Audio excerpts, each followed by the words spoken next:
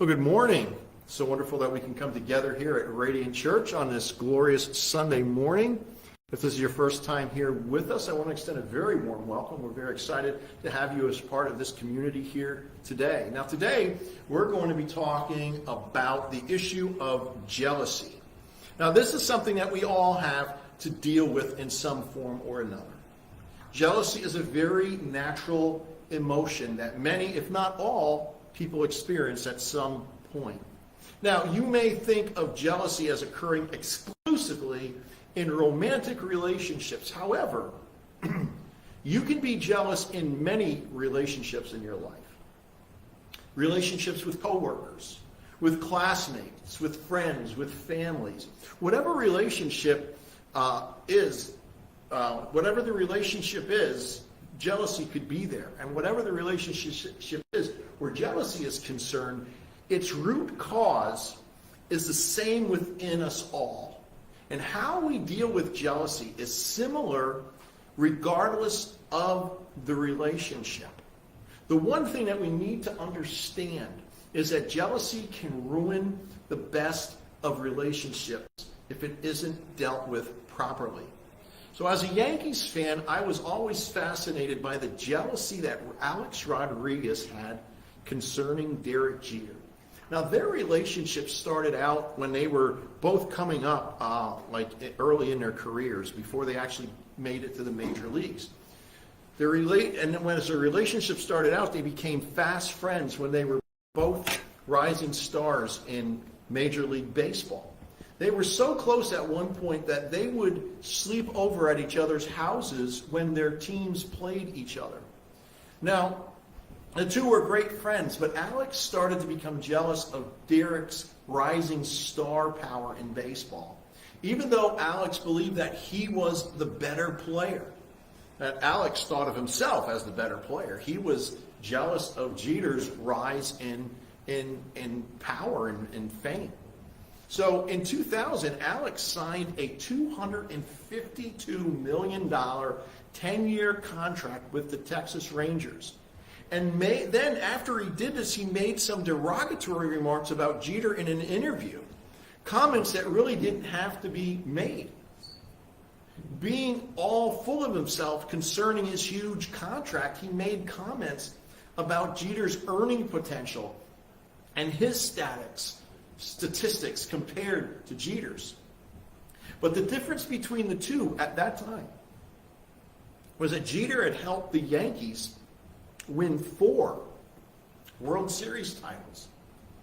Now, the comments hurt Jeter, and he no longer considered A-Rod a friend, because Jeter said a true friend would never say those things. So things were not the same between the two of them since that happened. And things didn't even get better when the two of them became teammates in 2004 when A-Rod moved to the Yankees.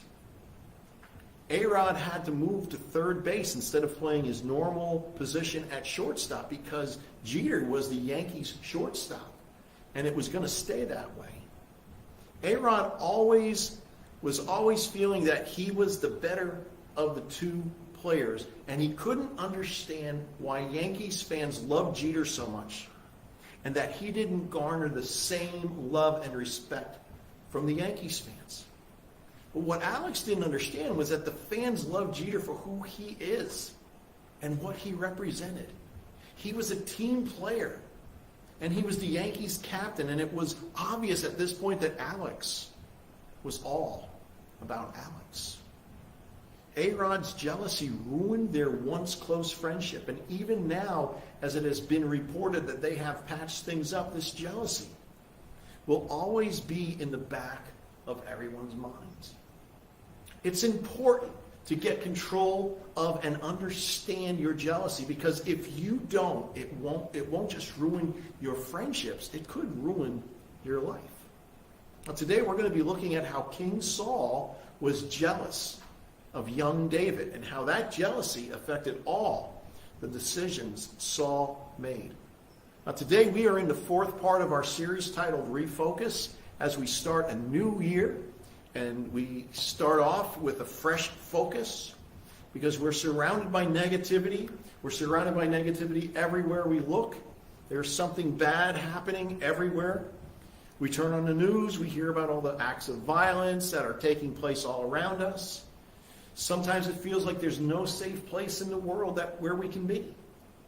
There are wars in different regions of the world, and we're constantly hearing about, and where there aren't wars, there seems to always be the threat of war hanging in the air. When our days are filled with negativity, it's easy for us to become negative ourselves and have a poor outlook on life. There's a real mental health crisis in our communities today.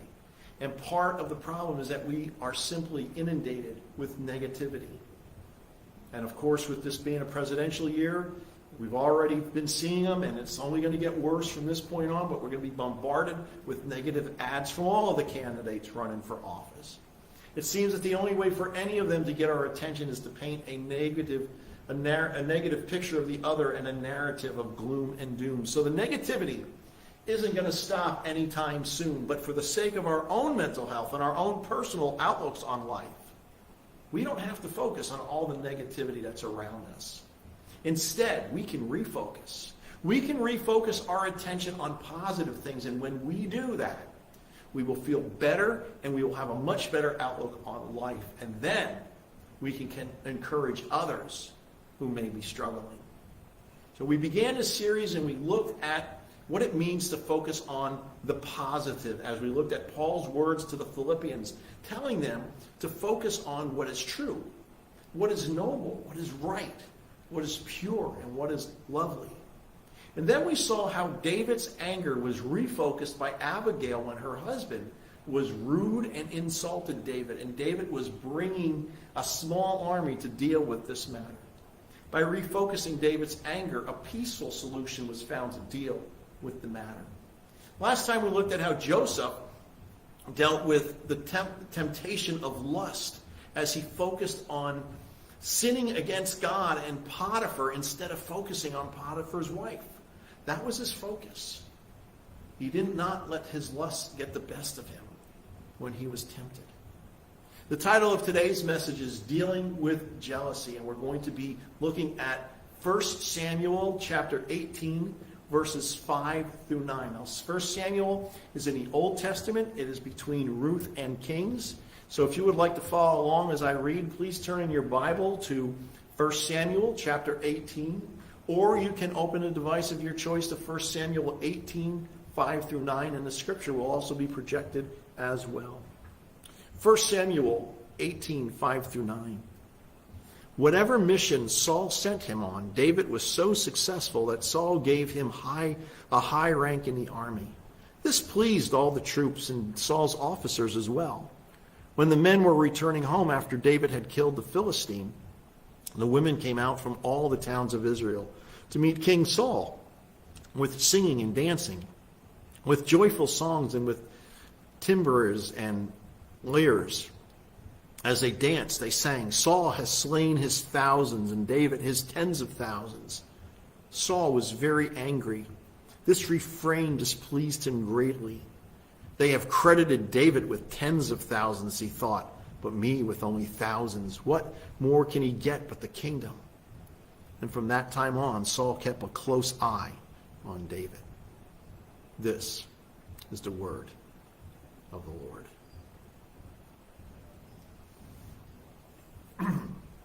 Now, as with the other Old Testament passages that we have looked at with this series, we're looking at a very small portion of a much larger story, which I encourage you to read if you haven't done so already. But just a quick summary. Saul was anointed king of Israel when the people of Israel wanted to be like all the other nations around them and have a king of their own. Because up to this point, God was their only king. But the Israelites wanted a human king, just like the other nations did. So God had Samuel the prophet anoint Saul king over Israel. And it all started out very good. The people liked Saul as their king. God was with Saul, and he had success in everything that he did. But then Saul started to become full of himself, and he started to do things that didn't sit well with God. Saul seemed to no longer trust God and started doing things outside of the scope of God's blessing. So God told Samuel to let Saul know that he was going to tear the kingdom from Saul's hand and anoint a new king over Israel. God told Samuel, go to the house of Jesse and anoint one of Jesse's sons king. That the one that God pointed out to Samuel, that son of Jesse's, was David. Saul didn't know that. Samuel went, anointed David, but Saul didn't know any of that. But then came the incident where the 17-year-old David, who was bringing provisions to his older brothers who were fighting the Philistines, fought and killed the giant Goliath, who everyone else was afraid of. And this is a story that I'm sure most of you have heard before, even if you weren't raised in the church. But after that incident, Saul took David into his home, where David served the king in any capacity that Saul needed from David. And that brings us to the passage that we read today. We are told that whatever Saul sent David to do, that David did so successfully that Saul gave David a very high rank in the army. David was Saul's messenger. David was Saul's warrior and his faithful servant. Whatever Saul sent David to do, God was with David, and it was done in a way that impressed Saul and it impressed others. David was at times in charge of men at war. Everyone was enchanted with David, including Saul's own staff. David is successful in everything that he is sent to do, and people are taking notice. But the reason for David's success is because God was with David. And David knew this, and he relied on God for his success. David didn't take the credit for his success. David knew that his success was dependent on God, and David remained humble, unlike Saul. Then we come to this incident where the army was returning home after being successful in battle, and all the women are coming out, because it's all the women are coming out because all the men were fighting, the battle. So the women are coming out from all the towns that they're passing through as they're heading back to Jerusalem, and they come out to meet King Saul. And they are singing and they're dancing and they're playing instruments, and it was just a big celebration every town that they would go through. But Saul didn't like what they were singing. Saul heard a new verse to an old song. And it's important to note here that the women came out to meet King Saul. They did not come out to meet David. But it made little difference to Saul, because all he could hear was this song. They sang out the song, but added one short line about David, and Saul's arrogant response to this one line changed the rest of his life. The women were singing, Saul has slain his thousands, and David his tens of thousands. This last line is what set Saul off. Now, to us, it may sound like the women were giving more credit to David than they were to Saul, because they were singing that David slain tens of thousands compared to Saul's thousands. But it wasn't a comparison at all. It was a standard way of expressing a very large number in parallel lines of poetry. 10,000 was normally used as the parallel of 1,000. So the intention of these words is to convey large numbers, not offer a comparison of one being greater than the other.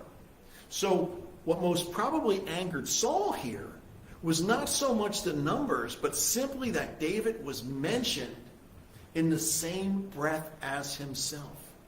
What this did, it's placing David in the same rank as the king, making David equal with King Saul. So it wasn't the numbers that upset Saul, it was David sharing in his spotlight. This is what sparks Saul's jealousy. And if jealousy isn't immediately resolved, then anger develops. And embedded in this anger is a sense of hatred and delusion. And this is what happened to Saul. We're told that Saul became angry by hearing this. that this refrain galled him. Saul notices that more credit is given to David in the parallel lines of the song. But Saul is angry that credit is given to David in the first place. He's just angry that credit was given to David at all. Since they are giving David credit, since they are acknowledging David in the first place, it gets Saul angry. And he begins to question David's motives and believes that David is after his kingdom.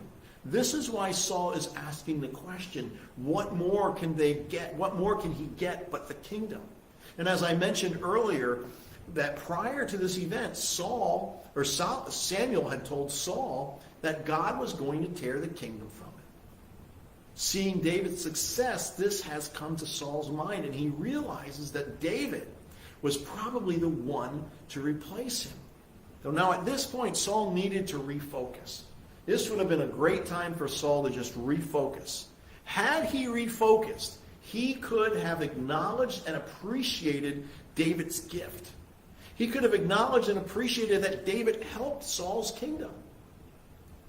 Saul could have realized that what he had was from God, and that would be protected. Had Saul had done that instead of focusing on his anger and the praise that David was receiving, it would have brought Saul back to being of a humble mind and a God-fearing king once again. Saul could have refocused and turned from his pride and humbled himself. But instead, Saul allowed a jealous spirit to wrongly interpret David's motive. David was a servant. David had a servant's heart and a servant's mind. David had no intention of stealing Saul's kingdom, but Saul harbored a wrong thought and looked at David with jealousy. So it's important to understand what triggers our jealousy. Saul's anger and words show us how he had not dealt rightly with his feelings of jealousy towards David. Saul not dealing properly with his feelings of jealousy will set his life on a downward spiral. If we don't deal with our feelings of jealousy, it will also have a negative effect on our lives as well. If Arod had properly dealt with his feelings of jealousy towards Jeter, he would have had a much more successful career. Now he was successful. He was paid a lot of money to play baseball, but he never really got the love and respect from the fans that he so desperately craved, especially in New York. Had he been more humble and dealt with his feelings of jealousy, he would have received more love from the fans, and he would have also restored his friendship with Jeter. If his feelings of jealousy had not been an issue, there probably wouldn't have been a rift in their friendship in the first place. If Aaron would have dealt with his feelings of jealousy, he would have realized that the friendship was more important than any praise that he ever would have received. Jealousy is something that we all deal with to one degree or another. But how we deal with our feelings of jealousy, it makes all the difference. When you feel jealous, you have to first realize and acknowledge what you are feeling. Only then will you be able to properly deal with jealousy. You may not realize that you are jealous, but there are signs you can look for. If you are jealous, you won't be celebrating other people's success. You will act passive-aggressively towards those you are feeling jealous of. You will start to avoid people you are jealous of, and you may become overly critical of those you are jealous of. So we need to acknowledge and take responsibility for our jealousy. It's important to learn more about jealousy because jealousy almost always has a deeper rooted emotion behind it. It can be a manifestation of fear. Fear that we're not enough. Fear of not being attractive or interesting enough. Fear that we won't be chosen or that other people or other things are more important to someone than we are. Jealousy usually comes from a sense of insecurity. So to deal with jealousy, you need to start by refocusing. First, identify your insecurity. Be real with yourself about what your insecurities are, where they come from, and what you do to keep them alive, and what you can start to do to learn to deal with them. Identifying and dealing with insecurities will help to overcome jealousy. Some ways to do this is by meditating and praying about your feelings of jealousy. You can also journal by writing down what you are feeling and why you believe you are feeling these things. And if your jealousy is deep-rooted and you're unable to resolve it on your own, it may be necessary to talk to a professional. And there's no shame in that. Talk about your jealousy with other people that you trust. This helps to realize, first of all, that you're not alone, and that you can ask others what jealousy is like for them and how they cope with it. Learning how to manage jealousy in a healthy way may take time and effort, but it is possible. It is worth the effort, and it's never too late. When you are feeling jealous, it's important to understand, and this is important, and if there's only one thing that you remember from this message, remember this. Your success doesn't depend on someone else's failure. So when you see someone else being successful in certain ways, your success doesn't depend on them failing. It just depends on you being successful. Saul was jealous. He was jealous of the praise that David received. He was scared of losing his own praise and position. If Saul would have refocused, he would have been able to deal with his jealousy, and his life would have turned out differently. We all deal with feelings of jealousy. And if you are feeling jealous, know that you are not alone. But also understand that you need to properly deal with your jealousy. And the first place to start is by refocusing. Stop focusing on the negative and focus instead on the positive. Look to God to help you deal with your jealousy, and He will guide you. He will guide you into the best way for you to deal with your jealousy. Amen. Well, thank you for joining us and spending a part of your Sunday with us. And every Sunday we're right here at the Forks Township Community Center with our live service at 10 a.m. Our weekly service from Radiant Church, as always, our weekly message, is broadcast at 10:30 here on Facebook Live. And you can follow and connect with us on Facebook at Radiant Church PA, and also on our website, radiantchurchpa.org. You can also support the ministry of Radiant Church through our website by just clicking the donate button. And throughout this week, may the Lord bless you and keep you. May the Lord make His face shine upon you and be gracious to you. May the Lord turn His face towards you and give you peace. Go in peace and have a great day.